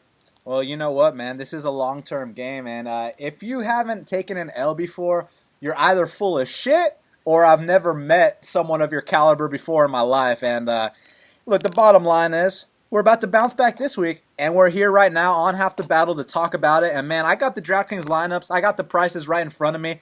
Let's not even beat around the bush, man, because the real main event between Frankie Edgar and Bryan T-City Ortega, not only did I hear you have a bet on this fight and a strong opinion, but holy fuck, I mean, is this not the best featherweight fight we've seen since probably Max and Aldo? Yeah, I mean, I'm glad Ortega took the fight because without this fight, I don't know how they can charge anybody for this pay-per-view. This is really the fight to see. I might go to a bar. I don't think I can pay $65 for the pay-per-view, but I might go to a bar specifically for this fight. Yeah, well, listen, man, you got a bet on one side. Just go ahead, man. This is the Big Marley Minute. We already gave our breakdowns. Tell us yours. Yep, I like Frankie in this one. I thought the line would be like minus 250 or so. And right now he's minus 175. So I think there's a lot of value there, and I got a couple bets on him. And I might even lay more if the line keeps going down. Because I do feel pretty strongly one way about this. And Ortega's coming in on short notice. He usually is not winning the majority of his fights until he does win the fight. And I think that's how he would have to win here again. He's going to have to get the neck of Edgar, maybe like a standing guillotine like he did against Cub. But I think Frankie's just going to be too good on the feet, too fast, moving too much for him to get a hold of. And I don't think he's really going to put much up against him in a standing fight. I think it would be foolish of Edgar to take it to the ground, but if he does, I think he could hang in there. So I prefer it just be standing. I think that's probably his game plan, just to pick him apart for 3 rounds. He's used to 5 rounds, so this should be a walk in the park. And I like him on DraftKings as well. He's 8,700. If he wins the decision, he'll probably put up enough strikes to be paying that off. I expect Ortega to be pretty highly owned because he is one of the most live dogs, I guess, on the card. So I'll probably be a little bit underweight on him and overweight on Frankie, but can't wait for the fight. Is Kyle Marley saying that it's max bet season on Frankie the Answer Edgar, the future Hall of Famer? Max bet season. Let's go, Edgar. There you go, man. Look, man, I truly believe if it goes the 3-round distance, you're going to cash. It's just about not getting caught. I really believe that's all it comes down to. Yeah, agreed. So another fight that I really like is Sean O'Malley versus Andrei Soukamthath. Now, I kind of have a different opinion than a lot of people. Everyone thinks that Soukamthath is going to derail the hype train. And I disagree, man, but I know you disagree with me, so the floor is yours, buddy. No, we talked about this off air, and I figured Soukamthath would win maybe a knockout or a decision. You figured he would probably have to get a knockout to get the job done. And after film, I think I probably do agree. O'Malley's just going to have too much of a pace for him to lose a decision, I'm thinking, unless he gets dropped a few times. So I kind of want both sides of this in GPPs. I might avoid it in cash unless I just go with the favorite if it's maybe the last pick on my lineup or something. But I think I want exposure to both sides in GPPs. I do think Soukamthath can get that knockout. O'Malley might be a little bit overhyped, but if he doesn't get the knockout, then O'Malley's probably going to put up a good pace and score over 80 or so points in a win. So I want my exposure to both sides because I'm having a hard time picking a winner in this myself. But if I had to pick gun to head right now, I'd say Soukamthath by KO. So the heavyweights, Struve and Arlovski, it's a gamble because the fight ends inside the distance. You're going to score a lot of points, but if they just stare at each other for 3, you're going to be like, God damn it. So are you Gonna have any exposure to this fight? Are you fading it all together? What's the deal? Man, it's hard to fade heavyweight fights just because they can't end with one punch. So I'd rather have exposure to both sides than fade, but you got to have dogs somewhere. So if I had to pick a side on this, I'd rather just take the dog and get some more favorites in my lineup using Arlovski. What do we got him at here? 7,400 on DraftKings. And if he wins by knockout, he's for sure going to pay that off. So I think I would rather just go with Arlovski as one of my dog options. And I don't know if I want to fade Struve completely, but if I'm only making one lineup, Struve won't be in it, that's for sure. Any thoughts on Viera versus Zingano? Because I have a feeling, look, man, if Zingano comes out here and gets this upset, there's going to be a lot of takedowns on her part, as you know. You know, she is a grappler, and with Ketlen Viera, she's pretty damn well-rounded, man. So I have a feeling, even though it's a chick fight, even though most chick fights do go the distance, look, Zingano's only won one career decision in her life. So it's safe to say she's a finisher. And you saw Ketlen Viera's last fight as well, man. So I actually have a feeling that, you know, despite most female fights not scoring high, I think the winner of this one will score high. You picking a certain side? No, I'm really not. I think I might even be forced to fade this one just because I can't pick a side, really. I would probably maybe lean towards Viera to be the favorite, but she's $400 more expensive than Zingano, and you got to find dogs somewhere. So if I had to pick a side, I guess I would go with Zingano and just save the money. But I don't even know if I want to do that. So I think I would rather fade this fight and hope it is low scoring in a decision, maybe a 29-28, so that someone doesn't dominate in points and they both score a decent amount. But I think this could be a good cash a good cash play the way, because I do think it would probably go to a decision and you're going to get points along the way. So I think if I had to pick a side, I'd go with Zingano and just get another dog in there. So this fight between Beneil Dariush and the newcomer Alex Hernandez. Now, tell me about if my DraftKings strategy is idiot or genius here, because I have a feeling I'm either going to be really wrong or really right. I was thinking this could actually be a scenario, even though Beneil is 9,200, super expensive. I thought this could be a scenario where you could stack both guys, because as you saw, I know you saw the footage on Hernandez. This kid is a little powerhouse. He's going to come out swinging very heavy, very early. But if he starts to gas out and, you know, the vet Beneil takes over and finishes him in the second or third round, I have a feeling both guys can score a lot of points. Now, is this am I thinking wrong or am I thinking right? What do you think? I don't think I would stack this fight. However, I do think a punt on the underdog Hernandez in a GPP would be fine, because I think he's just going to be pretty much blindly faded by most people. And if he goes out there and gets a knockout in the first round, you're going to have him on your team in order to win. But at the same time, Beneil should win this fight. I just don't know if he's going to score a lot of points in the process. So I don't know. I wouldn't stack it. I don't think as a whole the fight will score too much. But picking a side on this fight, I think, will be good. I mean, you got, I think, a somewhat safe pick with Beneil if you want to use that, or if you want to get that under 10% owned guy in Hernandez and really hope for that early finish. That could totally change the way a GPP goes. So it's a tricky one, but I mean, I'm sold enough to at least have Hernandez in one of my lineups. I just don't exactly know how much exposure to both guys I want. I haven't made too many lineups yet, so I don't know. Now, when Big Marley says that he's sold enough to have Hernandez on one lineup, does one lineup really mean 5 or 10? I mean, it could. It just means at least one.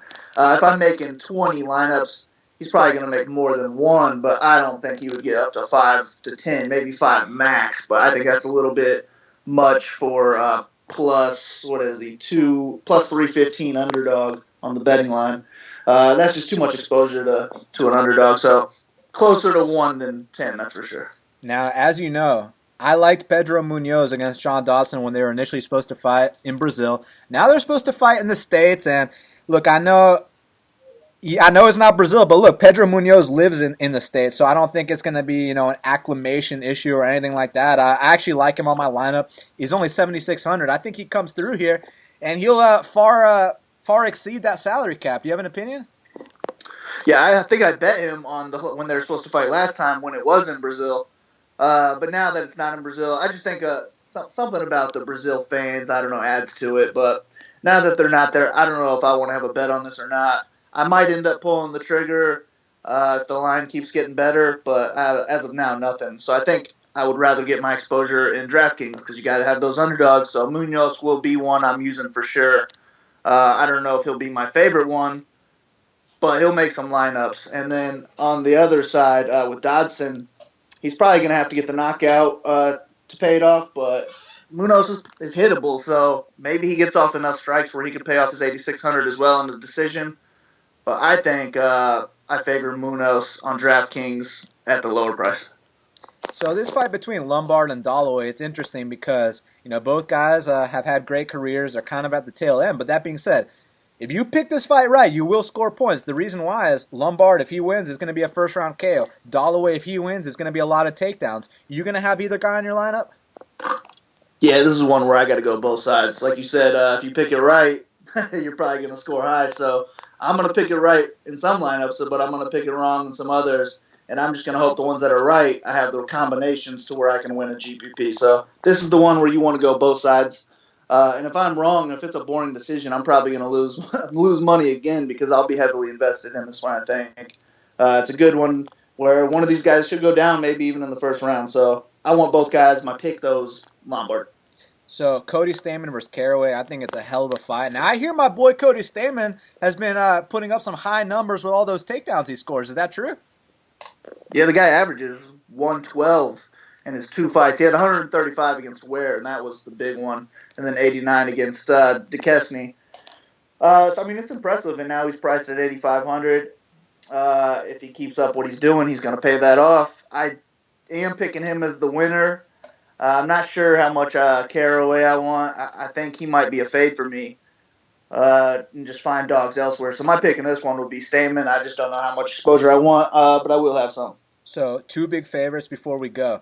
Zach Ottow and Mackenzie Dern. Now, as you know, because I told you in advance, I'm actually picking Ottow to win this fight. No surprise to many, but the thing is, people think he's some point fighter, and normally he is, when he's fighting Serginho Moraes. But I think here against Pyle, who's about to turn 43, who gets viciously knocked out in, many of his last appearances, I think it's going to happen again. I think Zach Ottow is going to have the biggest score of his DraftKings career, you know what I mean? So I think he's going to make my lineup, but also with Dern, she has a very favorable matchup in Yoder. Yoder will flop to her back. You flop to your back against someone like Dern, you're going to get tapped out, especially in the very archaic female MMA. So you picking any of those big favorites? Yeah, I like both of them. I would prefer Dern just because I do think she's safer and has a higher ceiling. I do think Ottow needs to get the KO in order to score high. The most he's ever scored is 67 points, so I don't love that, but he's fighting Pyle here, so he could get a first-round knockout, maybe even a couple drops and score a lot of points. I just don't think that's very likely, so if I had to choose one of the two, I'm going with Dern, just because I think she is safer. In a win, she's likely to get it on the ground and pull off the sub, so I think those points will add up, and I'll take her with the safer play, but I'll take some shots on Ottow as well. Well, Kyle, you're the man. That's why you are the DraftKings guy for half the battle. Always killing it. I know you're going to get back on track this week like you always do, because when a champion faces defeat, he puts his head down, grinds, and becomes a three-time world champion like my boy Conor McGregor. So, Kyle, the fans can follow you at Big Marley 3. Any message for them before we talk? In about 2 weeks, actually, because there's no UFC next week. Now let's end this streak of fights with a win and enjoy the week off before we get back at it again. I got head-to-heads posted. Come see me. Absolutely, that's the plan, my man, and make sure you challenge the king. But if you come at the king, you best not miss. And once again, Kyle Marley. It's funny. He said he had a losing week last week. A losing week for him is still like a 10% ROI. You know what I'm saying, Shaq? I mean, yeah, and everyone has losing weeks, but that's what separates us from the rest of everyone else, man, because we already know Kyle Marley's about to bounce back in a big way. Yes, he will. And for us, we're about to get on a 3-event win streak starting this weekend, but before we do that, man, we got to talk about the fight to watch and the fighter to watch. So, Shaq, what is the fight to watch for UFC 222? My fight to watch is going to be it's going to be Andrei Soukamthath for Sean O'Malley, man. I think it has the potential to be a great fight. And, if O'Malley wins this fight, and let's say he doesn't get a decision, let's say he gets a finish. I mean, this kid's going to blow up, man. If it's a flashy finish, don't be surprised when he's getting 60-60 for his next fight. You know what I'm saying? Because this kid's a star in the making, man. And he's got all the qualities. he loves these type of moments, and I think that's the fight to watch because if Andrei wins, then hey, he started off bad, and then now he just pulled off 2 big upsets. So this is the fight to watch, in my opinion.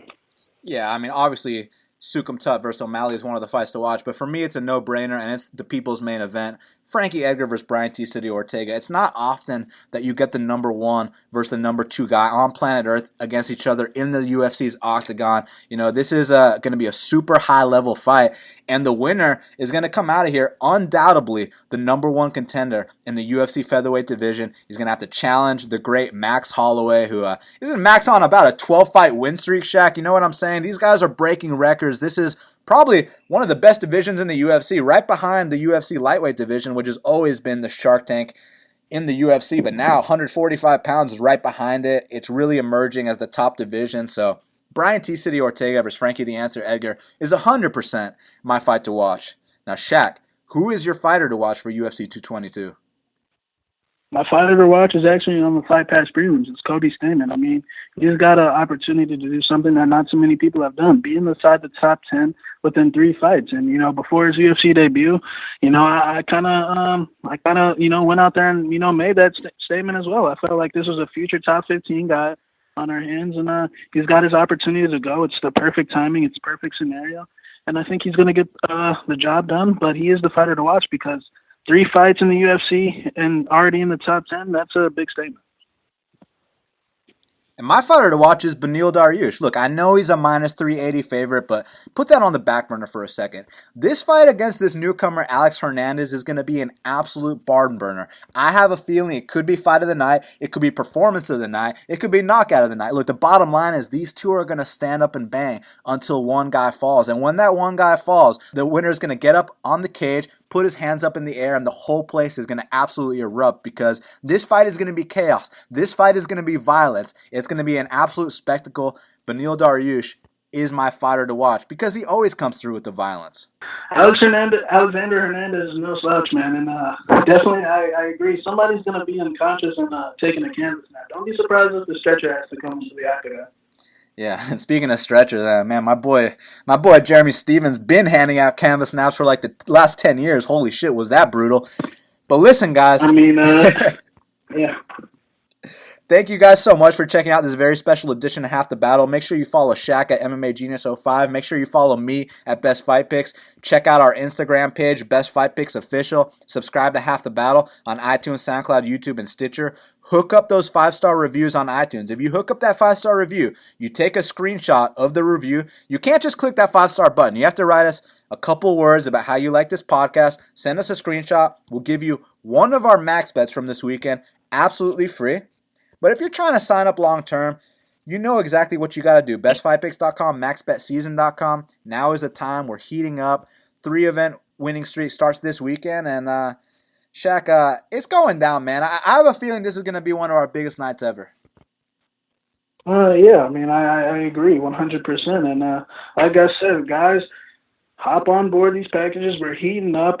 The rough part is already over, and it's going to be another winning event. And like I said, I'm looking out for everyone's best interest. I want everyone to get the best lines, and that's what these other services don't do. Don't believe these fake 11-unit bets. That's not real money. They're not betting real money. We're betting real money, our real money that we worked for. You know what I'm saying?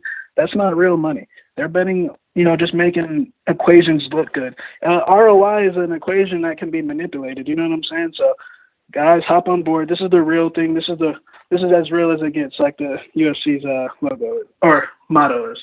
Yeah, and that being said, our ROI is pretty fucking good too. Way better than the stock market, I'll tell you that right now. And also, speaking of fakes and frauds, if anyone that's not Daniel Levy or Shaq is trying to sell you packages, let us know immediately because they're a complete fraud. Fuck them all. And, all these motherfuckers that are obsessed with us, thank you very much for keeping our name in the headlines. We really appreciate it.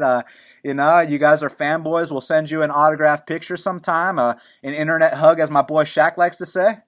And until the next time, exactly. Let's cash these bets.